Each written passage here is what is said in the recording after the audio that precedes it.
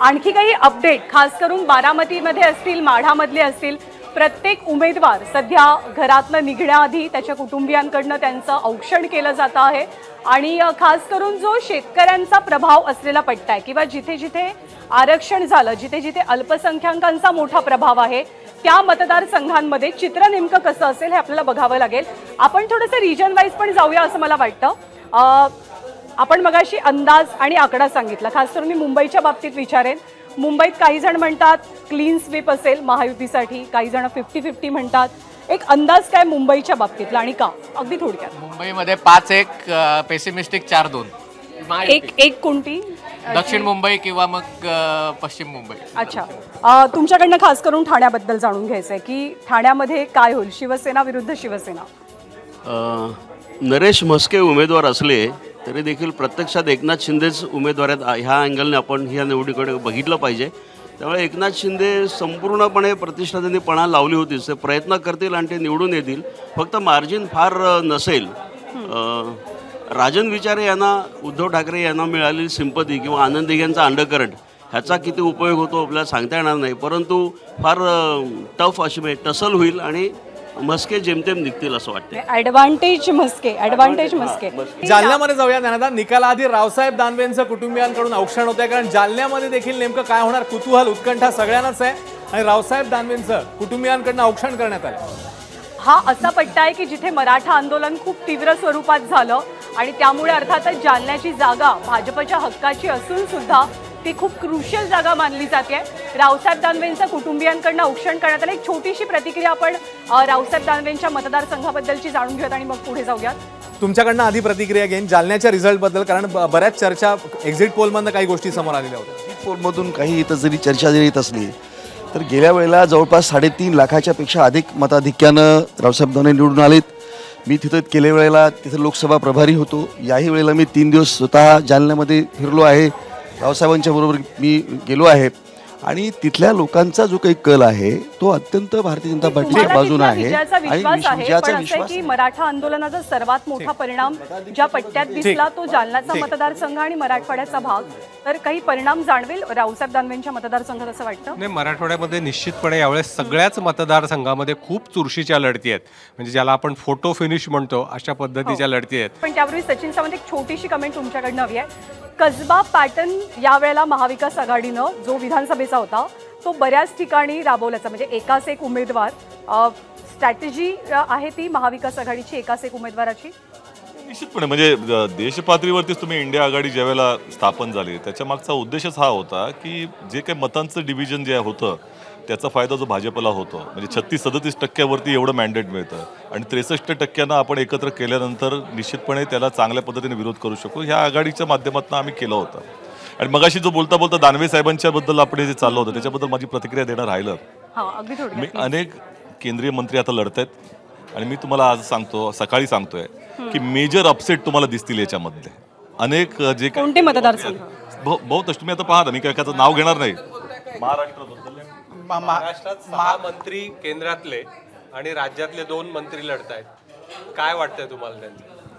ह्याच्यामध्ये जवळपास 4-5 मंत्र्यांचा त्या ठिकाणी आता मला असं वाटतं की म्हणजे भविष्याची चिंता राहणार कार्यक्रम होणार आहे याच्यात। एक मोठं विधान सचिन सावंत यांच्याकडनं की महाराष्ट्रातनं खास करून जे मंत्री निवडणुका लढतायत त्या मंत्र्यांच्या भविष्याचं काय हा प्रश्न त्यांनी उपस्थित केला। आणि ही जॉगिंगची दृश्य आहेत उज्ज्वल निकम अगदी रिलॅक्स मूडमध्ये पाहायला मिळतात।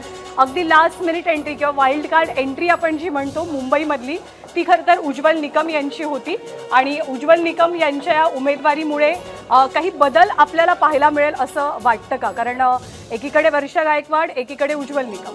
नक्कीच खरं तर उज्ज्वल निकम यांची एंट्री या संपूर्ण निवडणुकीत करून भाजपनं बरंच एकतर इंटरेस्टिंग एक उमेदवार दिला, गणितं बरीच बदलली, जी जुने समीकरण होती ज्यात अडचण दिसत होती तीसुद्धा भाजपानं त्या कारणानं बदलली।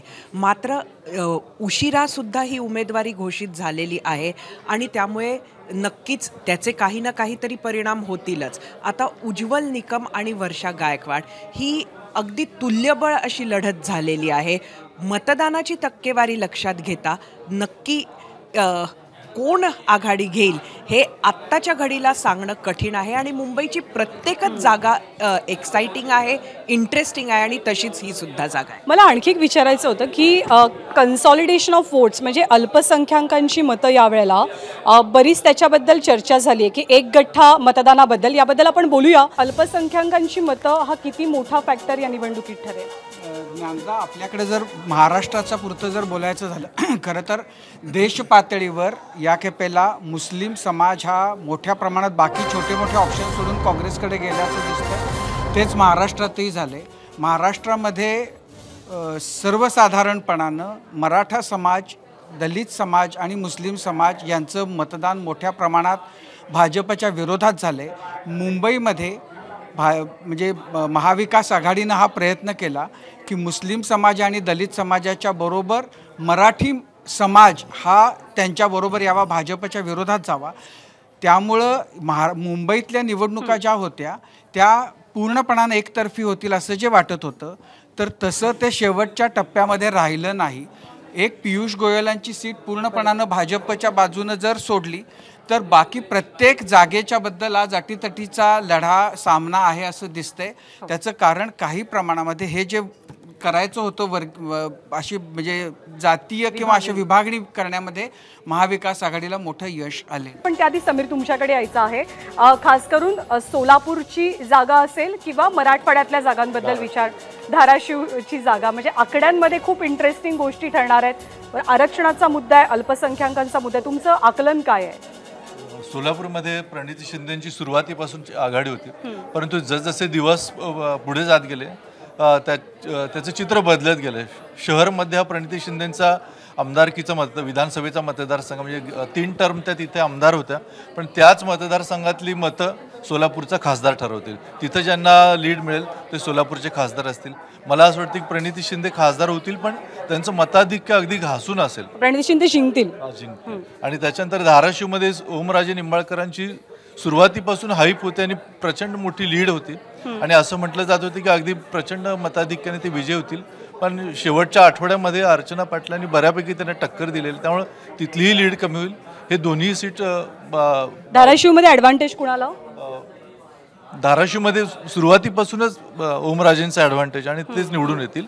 आणि लातूरमध्ये जे काँग्रेसची जी लीड आहे म्हणजे काँग्रेस पराभूत होईल, पण त्यांची लीड ज्या विजयी उमेदवार शृंगारेंची ती 3 लाखाहून बऱ्यापैकी खाली, म्हणजे जवळपास 60-70 हजारावरती ते येतील. एबीपी माझा, उघडा डोळे बघा नीट.